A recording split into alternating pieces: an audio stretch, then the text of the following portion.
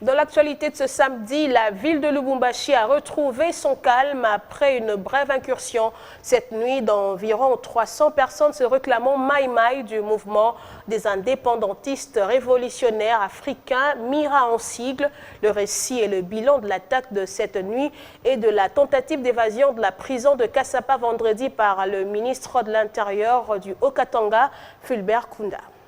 Le 25 septembre 2020, vers 16 h, heure locale, tentative d'évasion à la prison de Kassapa avec dégâts matériels importants.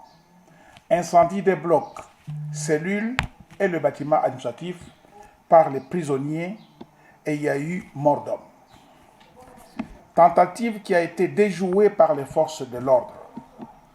Vers 23 h, heure locale, les Maï-Maï Bakatakatanga, déjà infiltrés dans la ville de Lubumbashi, se sont regroupés dans la périphérie de la commune annexe à partir du golfe Faustin, ont progressé vers la ville avec comme intention de prendre le centre-ville, la place Moïse Tshombe, la poste et la station de la RTNC Lubumbashi. Estimé à plus ou moins 200 personnes, avec les armes AK-47, calibre 12, machettes, flèches et autres armes blanches. Ils ont été empêchés par les forces de l'ordre d'accéder au gouvernorat de province. C'est hors la loi se dirigeront vers la place Moïse Tshombe qu'ils vont investir vers 1 h du matin. La milice était accompagnée des femmes et enfants, scandant des slogans sur l'autonomie et l'indépendance du Katanga. Le bilan provisoire se présente comme suit.